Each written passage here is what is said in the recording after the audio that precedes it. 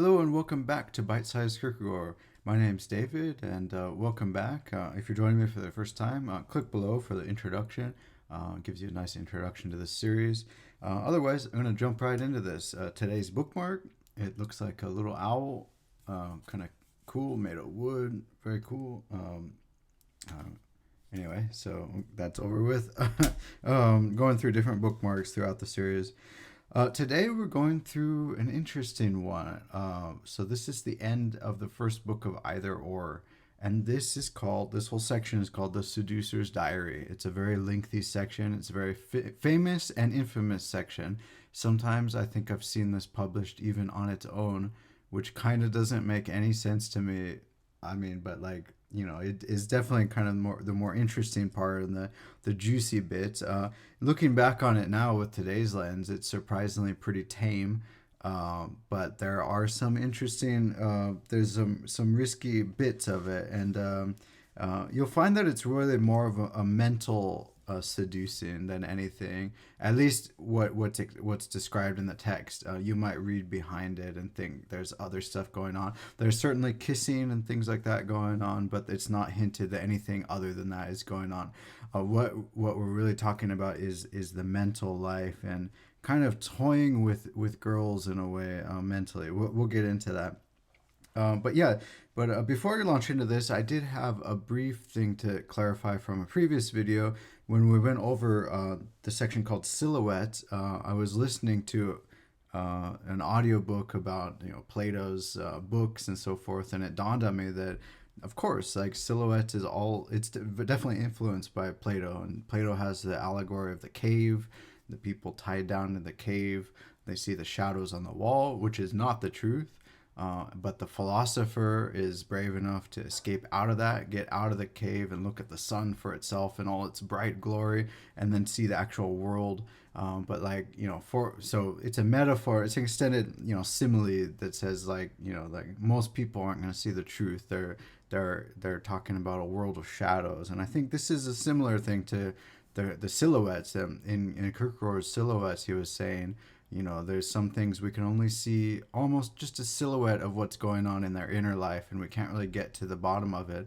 But I think there's a difference. Like Plato would say, like, well, to get to the bottom, to get through the truth, we can use philosophy, these tools of rationalizing, explaining it, and understanding it to get to the bottom, to get behind the silhouette. And Kierkegaard would have a different answer. He'd say, like, no, to get to your inner life there you can't do that by rationalizing, really. You might be able to approach it through other ways like music and these aesthetic forms and so forth, but you can't really, there's some limits of language, and I've talked about that in previous videos, but I thought that was an interesting connection, so I wanted to clear that up right away. But back to the Seducer's Diary. So what is the Seducer's Diary? Well, there's some further distancing early on here. I have it on page 275. The pseudonymous author says that he finds these papers again, in a similar way. On page 275, what does he say? Hide from myself, I cannot. I can hardly control the anxiety that grips me at this moment when I decide my own interest to make an accurate, clean copy of the hurried transcript I was able to obtain at the only time, the greatest haste and with great uneasiness. This episode confronts me just like disquietly and as reproachfully as it did then. Contrary as his usual practice, he had not locked his desk, therefore everything in it was at my disposal. So it's just saying just some random person, so sneaking into the desk of this random person, and then finding his papers and publishing. But what was Kierkegaard's intent of publishing? So like, it's an interesting story that, it's basically like this stalker guy who's he sees a beautiful girl. He doesn't even know her name at that point. He's trying to wriggle his way into her life. He gets excited when he learns her name. Her name is Cordelia, and she's actually already, I believe she's engaged to another guy, Edward, poor guy, who is the competitor. So he's turning it, the author of the Seducer's Diary is turning this into a little love triangle, basically. And as we see, he wins out. Edward gets depressed, grows a beard. Wait a minute here. Edward gets depressed, grows a beard, kind of like stops putting on his suits and things like that. So he wins out, and then it turns out that the girl is gonna become engaged to this guy, this seducer's diary, who has no name really. But at the last moment, he's going through the motions and he's realizing like, oh, my actions have consequences, and I better cut this off. And he says somewhere along here that 6 months is about the right amount of time before, for a relationship, before it goes anywhere. He's enjoying the first fruits. He's enjoying falling in love, which was alluded to previously. There was that idea of the first love and falling in love, and can you really fall in love again? But he's enjoying that experience of trying to fall in love again, getting to know the girl, the excitement, the uncertainty. He's really excited that there's no set path for him.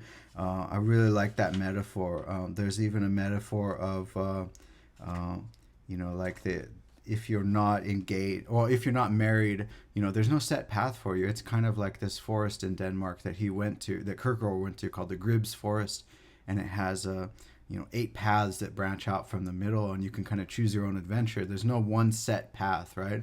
Whereas he says like, well, marriage is really just like the King's Highway. It's just like this main highway that goes into Denmark, and that's the road that everyone takes. And he's kind of getting distraught that, towards the end here, like he's saying on page 408, there's nothing more unerotic than chatting about the future, in a little bit talk about the erotic love, loving the infinity, not being bound, not being limited, but the erotic love fears those boundaries, right?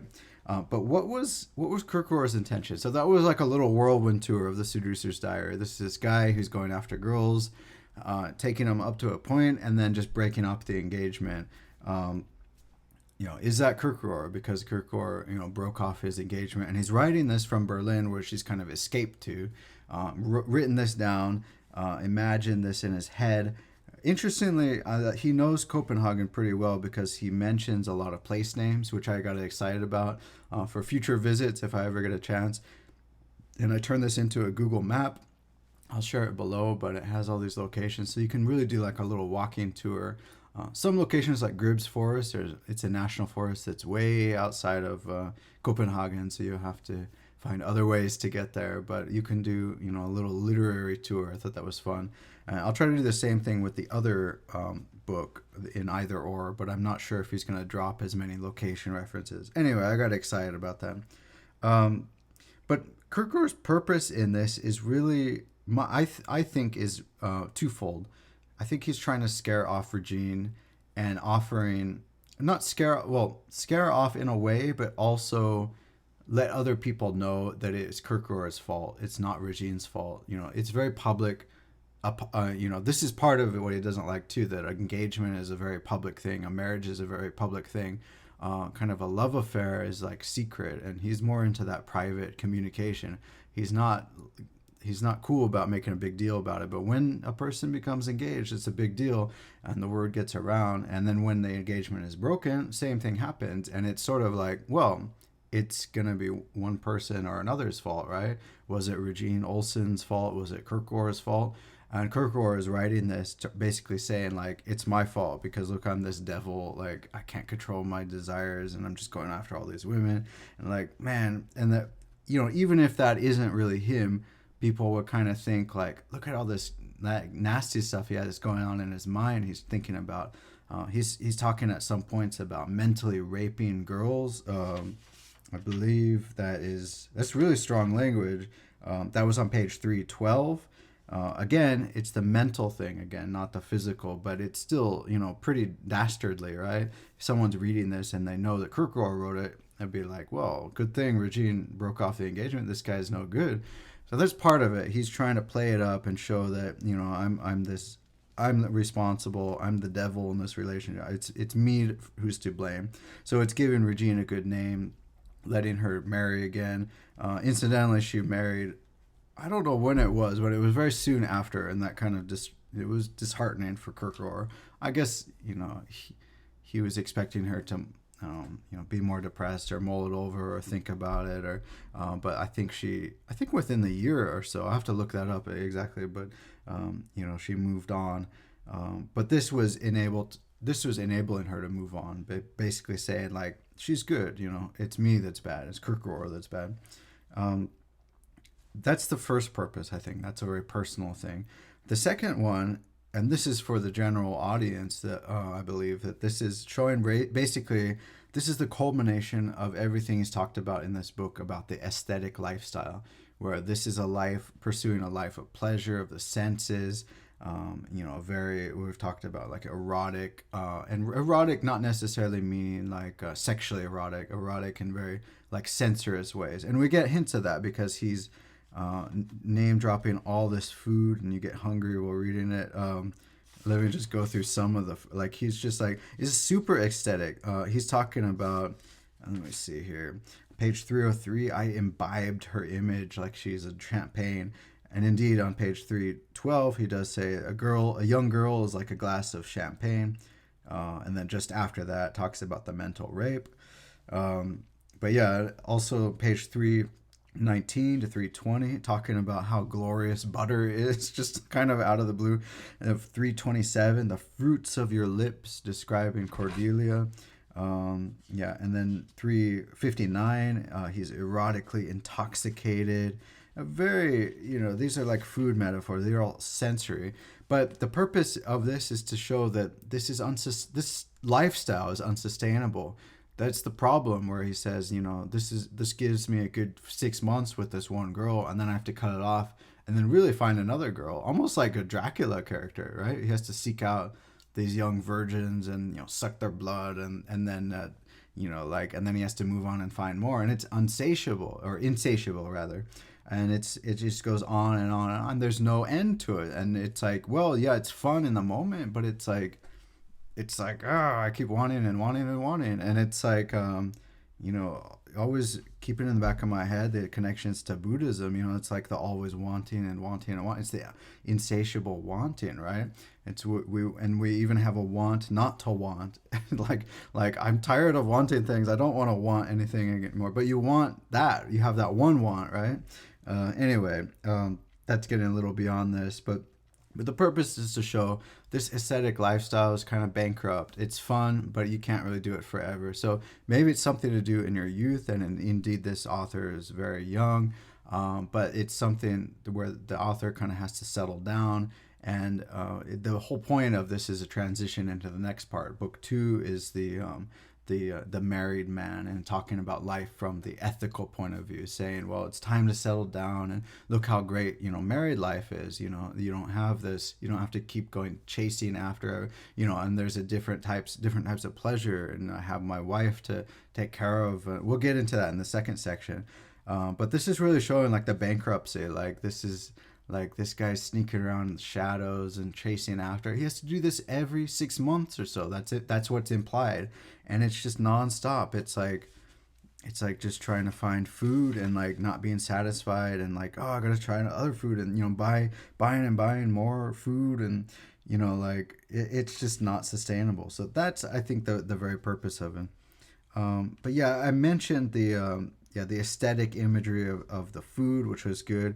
There's also a lot of violent imagery. I mean, I did mention about the mental rape, which is very violent, but there's a lot of violent metaphors here. In the very beginning, Cordelia, there's a letter from Cordelia saying that he's her murderer, but she follows it up later by saying, "But I still love you." It's like, oh my gosh, like, maybe I should pull this up actually. Because she's still obsessed. Like he seduced her, and he got her, and even after he broke it off, she's still obsessed. So here's one of the letters from Cordelia. Johannes, never will I call you my Johannes, for I certainly realize you never have been that, and I am punished harshly enough for having once been gladdened in my soul by this thought, and yet I do call you mine, my seducer, my deceiver, my enemy, my murderer, the source of my unhappiness, the tomb of my joy, the abyss of my unhappiness. I call you mine and call myself yours, and as it once flattered your ear, proudly inclined to my adoration, so shall it now sound as a curse upon you, a curse for all eternity. Do not look forward to my planning to pursue you, or to arm myself with a dagger in order to provoke your ridicule. Flee where you will. I am still yours. Go to the ends of the earth. I am still yours. Love 100 others. I am still yours. Indeed, in the hour of death, I am yours. The very language I use against you must demonstrate to you that I am yours. You have had the audacity to deceive a person in such a way that you have become everything to me, so that I would rejoice solely in being your slave. Yours I am, yours, your curse. So she's not done. She hasn't closed the book on this, even after she's realized that this guy's just a deceiver. He's just getting the women up to the point where they're committed, and then breaking it off, and he's taking a delight in that. And he's saying he does well. He doesn't say he takes a delight in the breaking off. He makes that very clear. Page 399, he says, like Don Juan takes enjoyment in the seducing, not in the abandoning. So he's not. He thinks this abandoning is a poor consequence. It's like, this is the side effect of your actions. And it's like he's not in it for that. He thinks that's unfortunate, but he's in it. He's in it for the aesthetic, for getting in, for falling in love. But yeah, this is violent language. My murder, on what I just read on page 296, the seducer is talking about seeking my prey. And page 300, conquering young girls. Oh, okay. Page 306, talking about the attack. And this is where he's kind of stalking her and planning his move. And there's even a kind of a funny scene he describes when he's trying to get himself introduced to Cordelia, where Cordelia's interacting with Edward, and he's going to make it look like, I don't know, I think he like blows the hat off of this guy's head or something, and then he picks it up and like, oh, by the way, I am, he doesn't say his name, I'm the seducer, right? And that's how he's going to get introduced to Cordelia. Is an elaborate setup. So he's talking about the attack like it's a military strategic maneuver.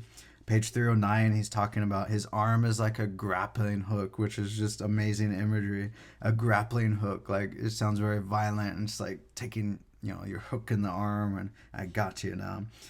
Page 314, he's talking about leading her into his trap, and then letting letting her fall through the trap door.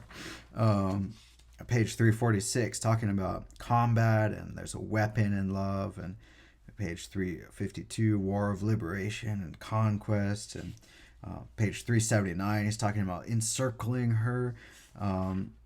And page 392, she is equipped for battle. He's spinning her into my plan. It's all this like military strategic maneuvering type language and violent like combat. It's interesting. That's the gist of it. And basically there are some Kierkegaardian themes I found through here that I wanted to mention, and maybe I'll quote a few of these. But yeah, at the very beginning, I already mentioned it with the page 275, he's distancing himself even further. Like the pseudonymous authors are distancing themselves and saying, there's this guy and I rummaged through his desk because they left it open. And I published it. Like that's like distancing to the extreme, right? But at the end of the day, it's kind of funny because like people know Kierkegaard wrote either or. It's not a secret really. So this distancing, I'm not sure if he really intended this to be taken that seriously, but people saw through it. So it didn't work if that's what he was intending. But I think it's okay. Like he's trying to distance his authors from himself, but maybe unsuccessfully. This one is really cool. This is a great quote from Kierkegaard that I really like, so I'm going to mention this. But he's talking about two worlds, and this is very Kierkegaardian language, or very Christian language, really. On page 277. This isn't it here. Where is it? Okay. Page 277 to 278.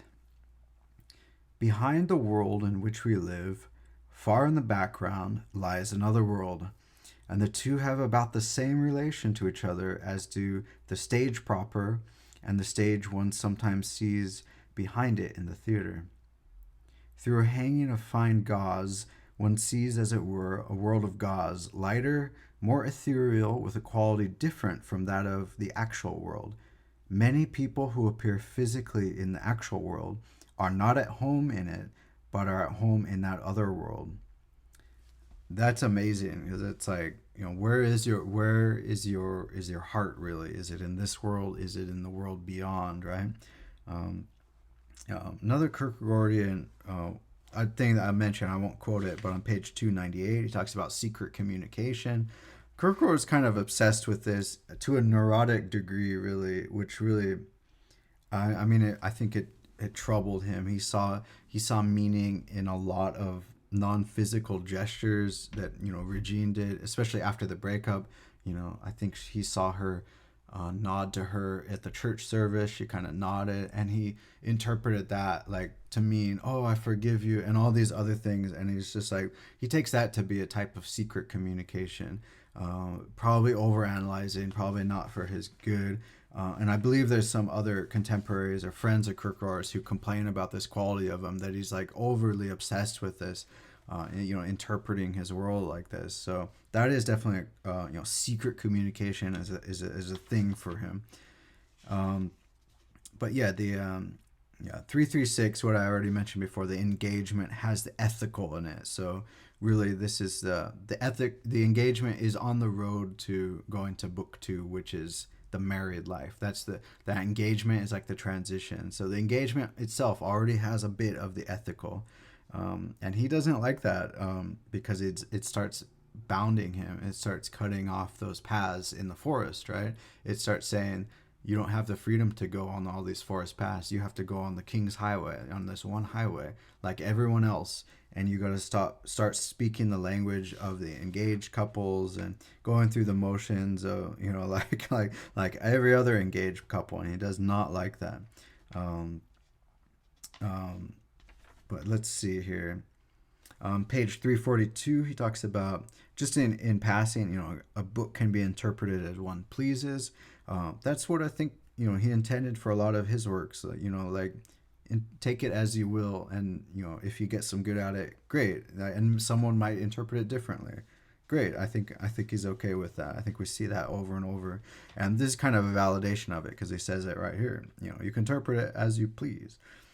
Um, on page 349, life in contradiction versus the life of the scholars, which is like trying to do away with contradiction. Contradiction is like a, rational no, like you can't get into contradiction, right? But life is a contradiction, he's really saying.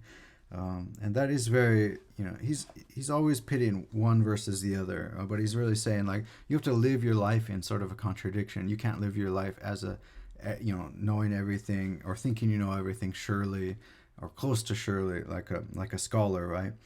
So there's some pleasure. There's some idea that there's something to life in this contradiction. And I've read this before. I think in a Kierkegaard biography about the Danes were actually very interested in paradoxes themselves. I think it was like Niels Bohr or something like that too was interested in those paradoxes, which are very much like contradiction, right? Because it throws you through a little mental loop. So that might be like a Danish quality, but Kierkegaard certainly has that. But yeah, I already talked a bit about page 355. The erotic love is more secret. The engagement is more public. And secret versus public. The inner world versus the outer world. Your appearance. Yeah, that is very very much a Kierkegaardian thing. Not exclusively to him, but that comes up a lot. And a little bit that I might quote here on page 359 talk about the infinite, and talking about a transition is like a transition from the infinite. I won't quote it actually, but the transition from the infinite, which is like, like before one's engaged or married, transition into the married life. It's like a leap, and make the motion of infinity. So it's really like, this. He really likes to use this metaphor a lot of a leap, of course, like leap of faith, right? That's what he's famous for. Um, and page 372. I did find a picture of this, so I want to bring it up. But on page 372, in love, there's no set path. It's like Gribb's forest. And I'll bring up a picture of this now and see if I could find the quote here.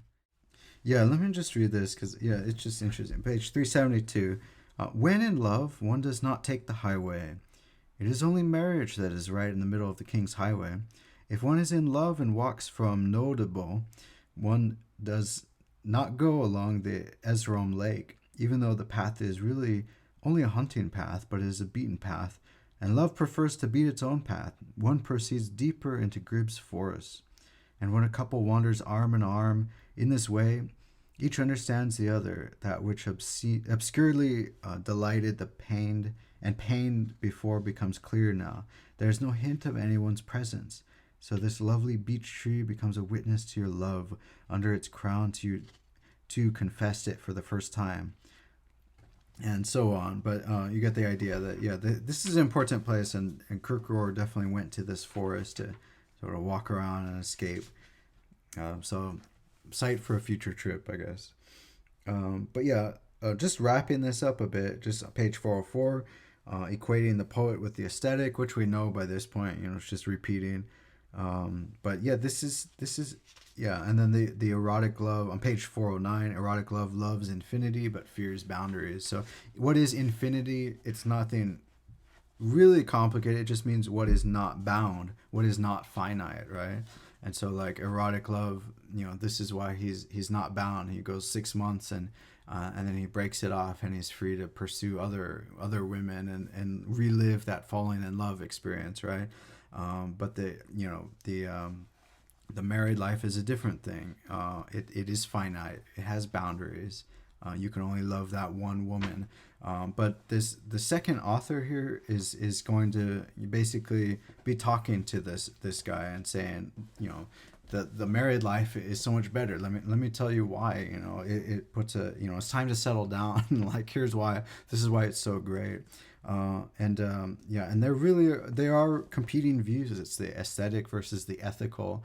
And I think I forgot to mention in the very beginning of this book, but he's talking about finding the papers in the desk, and he talked about taking out the papers, going to a forest, taking them out in a box that was meant for dueling pistols. So taking this mass of papers that is really two dueling authors with two different perspectives, it's a very incendiary type thing. So different life views, right? And they're not even talking about the third one, which Kierkegaard is going to develop later on, which is the religious, saying that there's something even beyond this ethical view that what we're calling author B talks about. But for today, we finished up with author A and part 1 of Either Or, which is a nice thick tome. Much of it in the back here is journal entries and notes and things like that. So really, it doesn't, it's a little thicker than, it's the end of the book is actually right there. So like this much, but it's a lot to get through, and we got through it. So yeah, next time we'll start with part 2. And learn about what's so great about married life. So, and see if it's convincing. It's not as exciting as the Seducer's Diary or as this book. This book is full of life and enjoying life, and Seducer's Diary is more of a, like a young man's type pursuit. But when we get into the married life, it's a little more settled down, so it's not as exciting. But maybe it's more sustainable. So indeed, we'll see. So join me next time, and we'll delve into book 2 of Either Or. Thanks for joining me.